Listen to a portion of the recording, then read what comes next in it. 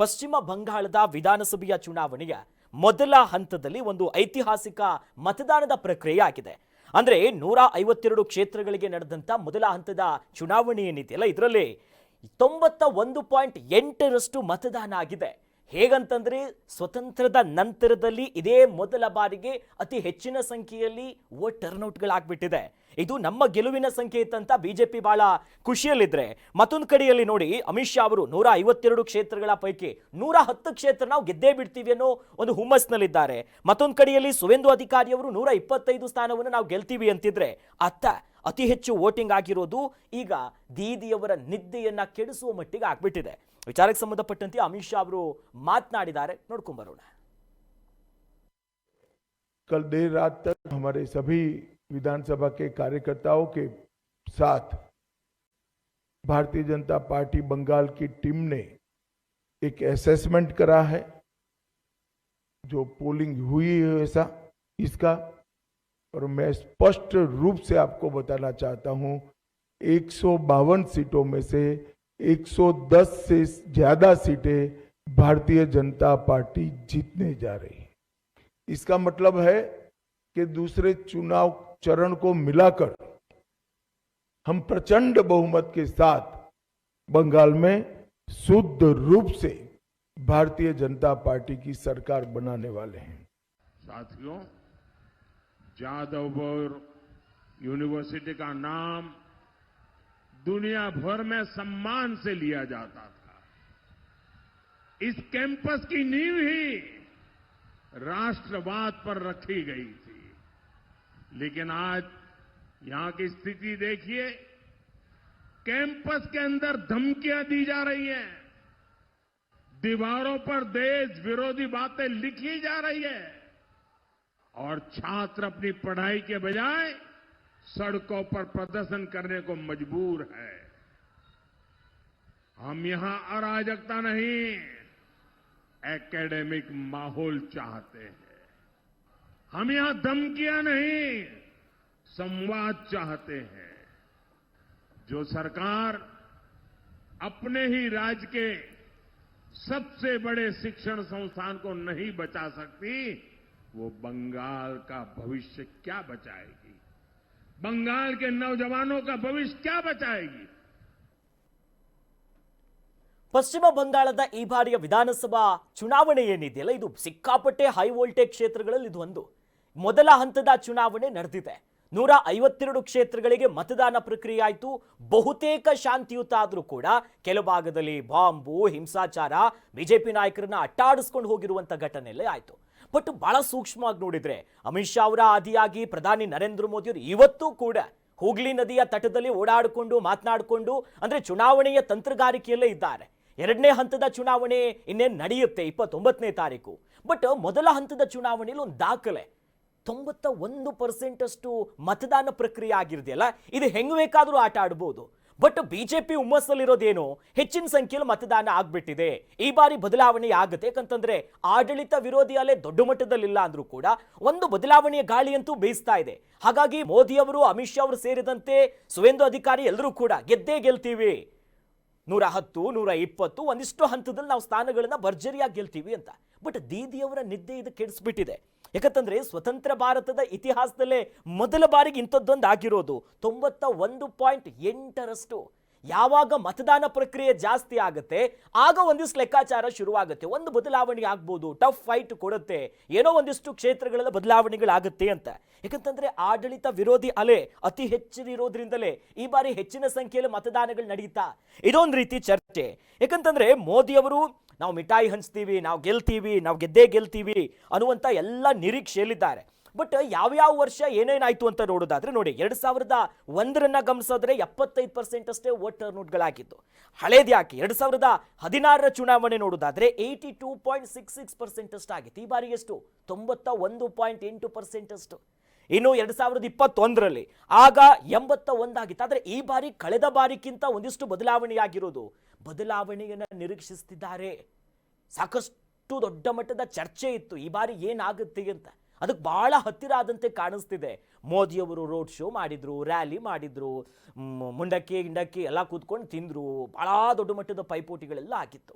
ದೀದಿ ಸುಮ್ಮನಿದ್ದಾರೆ, ಇಲ್ಲ ಶತಾಯ ಗತಾಯವಾಗಿ ನಾವು ಗೆಲ್ತೀವಿ ಅಂತ. ಮತ್ತೊಂದು ಪ್ಲಸ್ ಏನು ಕೇಳಿದ್ರೆ, ಪ್ಲಸ್ ಆಗುತ್ತೋ ಮೈನಸ್ ಆಗುತ್ತೋ ಗೊತ್ತಿಲ್ಲ, ಆದರೆ SIR ಪ್ರಕ್ರಿಯೆ ಅನ್ನೋದು ಈ ಬಾರಿ ಪಶ್ಚಿಮ ಬಂಗಾಳದ ನೆಲದಲ್ಲಿ ಸದ್ದು ಮಾಡುತ್ತೆ. ವಿಶೇಷ ಮತಪಟ್ಟಿಯ ಪರಿಷ್ಕರಣೆಗಳು ಏನು ಸಾಕ್ತು, ದೀದಿಯವರ ಕ್ಷೇತ್ರದಲ್ಲಿ ಒಂದಿಷ್ಟು ಲಕ್ಷಗಳ ಈ ಯಾರ್ಯಾರು ವೋಟರ್ಸ್ಗಳಿದ್ರು ಸರಿಯಾಗಿ ದಾಖಲೆಗಳಿಲ್ಲ, ಅವೆಲ್ಲವನ್ನ ಕಟ್ ಮಾಡೋ ಕೆಲಸ ಆಯಿತು. SIR ಪ್ರಕ್ರಿಯೆ, ಆಡಳಿತ ವಿರೋಧಿ ಅಲೆ, ಮೋದಿಯವರ ಅಬ್ಬರ, ಒಂದಿಷ್ಟು ಸುದೀರ್ಘ ಅವಧಿಯ ತೃಣಮೂಲ ಕಾಂಗ್ರೆಸ್ಸಿನ ಆಡಳಿತ ವೈಖರಿಗೆ ಅಸಮಾಧಾನಗಳಿತ್ತು. ಕೊನೆ ಕ್ಷಣದಲ್ಲಿ ಒಂದಿಷ್ಟು ಜನ ಪಕ್ಷ ಬದಲಾಯಿಸಿದಂಥವ್ರು ಇದ್ದಾರೆ. ಹಾಗಾಗಿ ಈ ಒಂದು ಗೆಲುವು ಅಥವಾ ಸೋಲು ಬಿಜೆಪಿಗೆ ನಿರ್ಣಾಯಕ. ಇದು ಮುಂಬರುವಂತ ಲೋಕಸಭಾ ಚುನಾವಣೆಗೂ ಕೂಡ ಒಂದು ಸಂದೇಶ ಸಾರುತ್ತೆ. ಪಂಚ ರಾಜ್ಯಗಳಲ್ಲೇ ಯಾವ ರಾಜ್ಯದಲ್ಲಿ ಏನಾಗುತ್ತೋ ಗೊತ್ತಿಲ್ಲ, ಆದ್ರೆ ಪಶ್ಚಿಮ ಬಂಗಾಳದಲ್ಲೆಲ್ಲಾದ್ರೂ ಬದಲಾವಣೆ ಆಯ್ತು ಅಂತಂದ್ರೆ ಇದು ಸೇರುವಾಗ ಒಂದು ಬೇರೆ ಸಂದೇಶವನ್ನೇ ಕಳಿಸ್ಕೊಡುತ್ತೆ. ವಿಚಾರಕ್ಕೆ ಸಂಬಂಧಪಟ್ಟಂತೆ ನಮ್ಮ ಜೊತೆ ಮಾತನಾಡೋದಕ್ಕೆ ಹಿರಿಯ ಪತ್ರಕರ್ತರಾಗಿರುವಂತಹ ರಾಘವ್ ಶರ್ಮಾ ಅವರು ಜಾಯ್ನ್ ಆಗ್ತಿದ್ದಾರೆ. ಸರ್ ನಮಸ್ಕಾರ.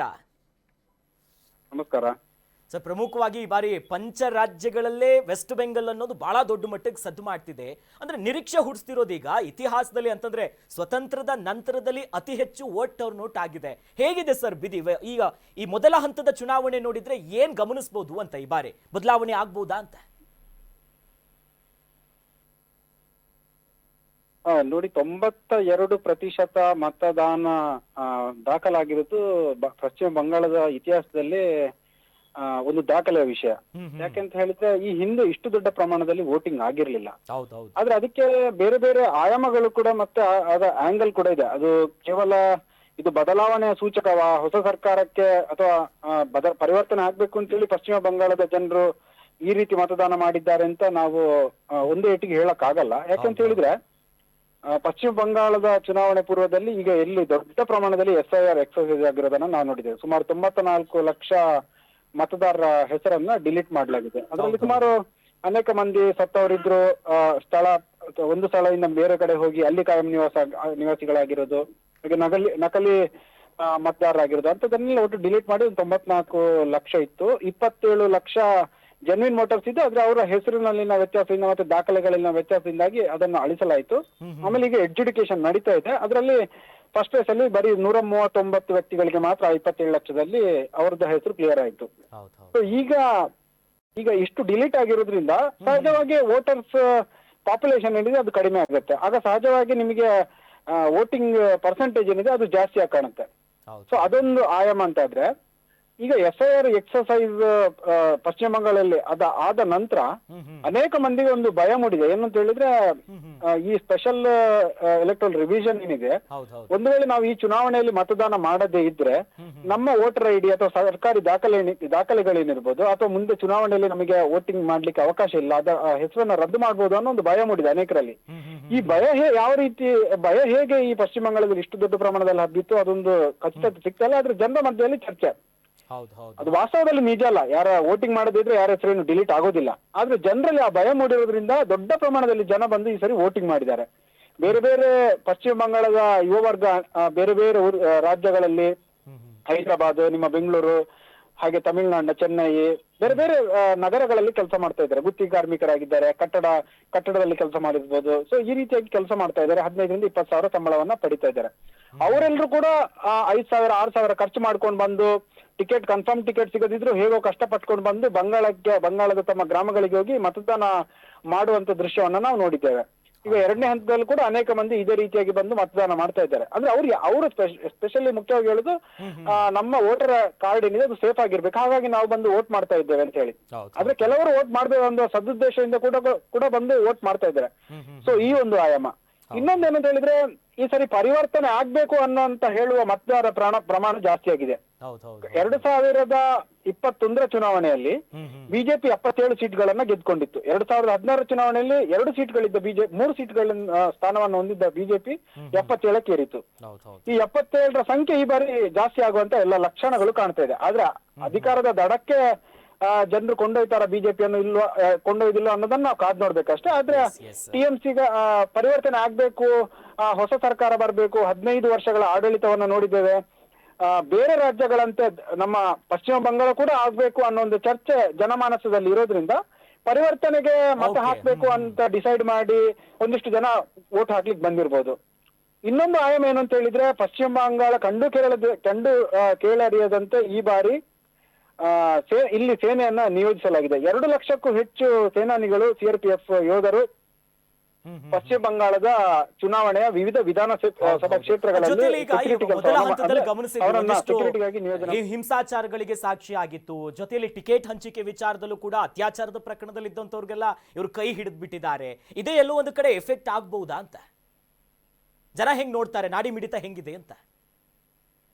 ನಿಮ್ಮ ಪ್ರಶ್ನೆ ಕೇಳಿಲ್ಲ, ಒಮ್ಮೆ ರಿಪೀಟ್ ಮಾಡಿ. ಎಸ್ ಅಂದ್ರೆ ಸರ್ ಈ ಬಾರಿ ಏನಾಯ್ತು ಅಂತ ಕೇಳಿದ್ರೆ ಅನೇಕರು ಹೇಳ್ತಿದ್ದಾರೆ ಆಡಳಿತ ವಿರೋಧಿ ಅಲೆ, SIR ಪ್ರಕ್ರಿಯೆ ಇವೆಲ್ಲ ಒಂದು ಕಡೆ ಆದ್ರೆ ಮೊದಲ ಹಂತದಲ್ಲಿ ಬಹುತೇಕ ಶಾಂತಿಯುತವಾಗಿ ನಡೆದ್ರು ಕೂಡ ಕೆಲವು ಭಾಗದಲ್ಲಿ ಹಿಂಸಾಚಾರ ಆಯ್ತು. ಮತ್ತೊಂದು ಕಡೆಯಲ್ಲಿ ಅಲ್ಲಿನ ಆಡಳಿತ ವೈಖರಿಗೆ ಒಂದು ವಿರೋಧಿ ಅಲೆ ಇದೆ.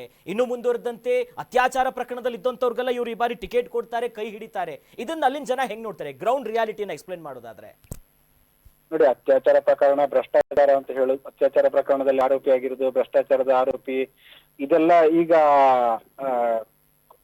ಅದೆಲ್ಲ ಈಗ ಸಹಜ ಅಂತ ಅನ್ಸಿದೆ. ಯಾರು ಕೂಡ ಅದನ್ನ ನೋಡಿ ವೋಟಿಂಗ್ ಮಾಡುವಂತ ಮನಸ್ಥಿತಿಯಲ್ಲಿ ಬಹುತೇಕ ವೋಟರ್ಗಳು ಇಲ್ಲ.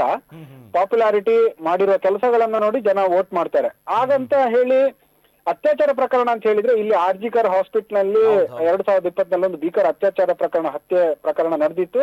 ಅದು ಮಹಿಳೆಯರ ಭದ್ರತೆಗೆ ಸಂಬಂಧಪಟ್ಟಂತೆ ಒಂದು ದೊಡ್ಡ ನರೇಟಿವ್ ಅನ್ನ ಸೆಟ್ ಮಾಡಿದೆ. ಅಂದ್ರೆ ಇಲ್ಲಿ ಮಹಿಳೆಯರು ಸುರಕ್ಷಿತರಾಗಿಲ್ಲ ಅನ್ನೋ ಒಂದು ನರೇಟಿವ್ ಅನ್ನ ಬಿಜೆಪಿ ಮುಂದಿಡ್ತಾ ಇದೆ. ಸಿಪಿಐ ಕೂಡ ಆ ವಿಷಯವನ್ನ ಮುಂದಿಡ್ತಾ ಇದೆ. ಹೀಗಾಗಿ ಆರ್ಜಿಕರ್ ಹಾಸ್ಪಿಟಲ್ ನಲ್ಲಿ ಹತ್ಯೆಗೊಳಗಾದಂತ ಅಭಯ ಅನ್ನುವ ಯುವತಿಯ ವಿಚಾರ ಮುಂದಿಟ್ಕೊಂಡು ಸಾಕಷ್ಟು ಚರ್ಚೆ ಆಗ್ತಾ ಇದೆ. ಮಹಿಳೆಯರು ಸೇಫ್ ಆಗಿಲ್ಲ ಅನ್ನೋ ಒಂದಷ್ಟು ವಿಷಯವನ್ನ ಅನೇಕ ಮಹಿಳೆಯರು ಹೇಳ್ತಾ ಇದ್ರೆ ಮತ್ತೆ ನಾವು ಸೇಫ್ಟಿಗಾಗಿ ವೋಟ್ ಹಾಕ್ತಾ ಇದ್ದೇವೆ ಅಂತ ಕೂಡ ಮಾತಾಡ್ತಾ ಇದ್ದಾರೆ. ಆದ್ರೆ ಇವತ್ತಿನ ಕಾಲಘಟ್ಟದಲ್ಲಿ ಭ್ರಷ್ಟಾಚಾರ ಅಂತ ಹೇಳೋದು ಒಂದು ದೊಡ್ಡ ಚುನಾವಣೆ ವಿಷಯ ಆಗ್ತಾ ಇಲ್ಲ, ಅದನ್ನ ಮೀರಿ ವೋಟಿಂಗ್ ನಡೀತಾ ಇದೆ. ಸೊ ಹಾಗಾಗಿ ಯಾವಾಗ ಅಪರಾಧಿ ಅಂತ ಸಾಬೀತಾದವರಿಗೆ ಟಿಕೆಟ್ ಕೊಡ್ಲಿಕ್ಕೆ ಆಗುದಿಲ್ಲ, ಆದ್ರೆ ಆರೋಪಿ ಸ್ಥಾನದಲ್ಲಿರೋರಿಗೆ ಟಿಕೆಟ್ ಕೊಡುವಂತ ಅವಕಾಶಗಳಿದೆ. ಹಾಗಾಗಿ ಟಿಕೆಟ್ ಕೊಟ್ಟಿದ್ದಾರೆ. ಅನೇಕ ಸಂದರ್ಭಗಳಲ್ಲಿ ಇಂಥ ಅಭ್ಯರ್ಥಿಗಳು ಗೆದ್ದ ಉದಾಹರಣೆಯನ್ನು ನಾವು ಬೇರೆ ಬೇರೆ ರಾಜ್ಯಗಳಲ್ಲಿ ನೋಡಿದ್ದೇವೆ. ವಿರೋಧಿಯಲ್ಲೇ ಸಹಜವಾಗಿ ಇದ್ದಾರೆ, ಯಾಕಂದ್ರೆ 15 ವರ್ಷ ಆಡಳಿತ ನಡೆಸಿದ ನಂತರ ವಿರೋಧಿಯಲ್ಲೇ ಬರುತ್ತೆ. ಆದ್ರೆ ಅದನ್ನು ಮೇಂಟೈನ್ ಮಾಡುವಂತ ಒಂದು ಪ್ರಯತ್ನದಲ್ಲಿ ಮಮತಾ ಬ್ಯಾನರ್ಜಿ ಅವರು ಇದ್ದಾರೆ. ಅನೇಕ ಕಡೆ ಅವರ ಜನಪ್ರಿಯತೆ ಇರುವುದನ್ನು ಕೂಡ ನೋಡಿದ್ದೇವೆ. ಮಹಿಳೆಯರಿಗೆ ಮಾಸಿಕವಾಗಿ 1,500 ರೂಪಾಯಿ ಹಣಕಾಸು ಸಹಾಯವನ್ನ ಕೊಡ್ತಾ ಇರೋದು ಮಹಿಳಾ ವರ್ಗದಲ್ಲಿ, ಮುಖ್ಯವಾಗಿ ಗ್ರಾಮೀಣ ವರ್ಗದಲ್ಲಿ ಒಂದು ಅವರಿಗೆ ಸಂತೃಪ್ತಿ ಇದೆ. ಅದನ್ನ ಮೀರಿ ಕೂಡ ಜನ ನೋಡ್ತಾ ಇದ್ದಾರೆ, ಬದಲಾವಣೆ ಬೇಕು ಅಂತ ಹೇಳ್ತಾ ಇದ್ದಾರೆ. ಹೀಗಾಗಿ ಸದ್ಯಕ್ಕೆ 50-50 ಕದನ ಅಂತ ಅನಿಸ್ತಾ ಇದೆ. ಥ್ಯಾಂಕ್ ಯು ರಾಘವೇಶ್ವರ್ ಅವರು ಇಷ್ಟೊತ್ತು ಕರ್ನಾಟಕ ನ್ಯೂಸ್ ಬೀಟ್ ಜೊತೆ ಮಾತನಾಡಿದ್ದಕ್ಕೆ. ಕರ್ನಾಟಕ ನ್ಯೂಸ್ ಬೀಟ್ ಫಾಲೋ ಮಾಡಿ, ಸಬ್ಸ್ಕ್ರೈಬ್ ಮಾಡಿ.